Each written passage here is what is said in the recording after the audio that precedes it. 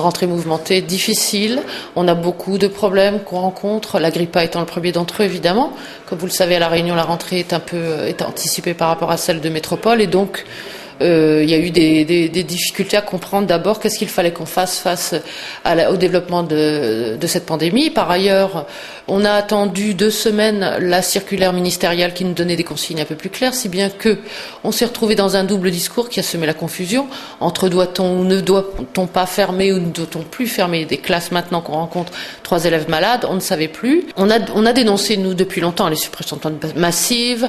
Les chiffres ministériels rappellent que la politique ne changera pas. Le nouveau ministre a bien annoncé qu'il serait dans la continuité de son prédécesseur. Et nous, cette année, on accuse le coup, 75 postes en moins dans le second degré, une quarantaine dans le premier degré. La situation ne s'arrangera pas. Alors évidemment, on masque ce problème en disant que oui, bien sûr, il y aura toujours un enseignant pour les élèves, certes, mais quand on a 30, 35 élèves par classe, les conditions sont évidemment dégradées. On est dans une situation de crise économique qui fait que évidemment, à La Réunion, la résonance est beaucoup plus forte. Le chômage décolle à nouveau. On a entendu récemment le Pôle emploi le dire. Et donc, par ailleurs, ce qui était jusqu'à présent une opportunité pour certains jeunes réunionnais diplômés d'accéder à l'enseignement dans le premier degré va devenir impossible.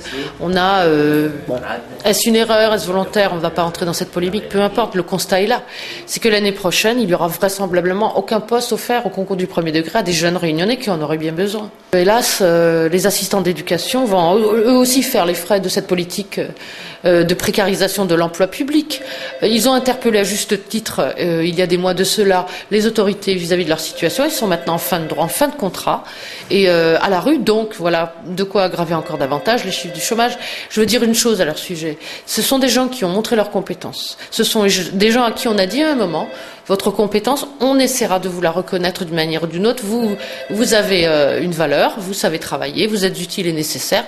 Et aujourd'hui, on les jette à la rue. Ça n'est pas possible. Vous savez donc que les personnels TOS sont maintenant relèvent entièrement des collectivités territoriales dorénavant, régions et départements.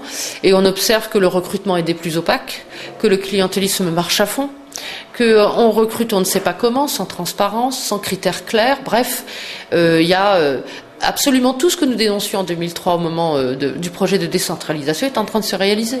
Les suppressions de postes ont forcément des conséquences. Donc La Réunion, comme les autres académies, fait en sorte qu'il y ait un professeur devant chaque élève, d'où un affichage rectoral sans faille. Et une réalité sur le terrain qui est légèrement différente, en ce sens qu'on augmente le nombre d'HSA, d'heures supplémentaires aux professeurs. On mélange des élèves qui n'ont pas forcément vocation à être mélangés pour faire des enseignements en langue, par exemple.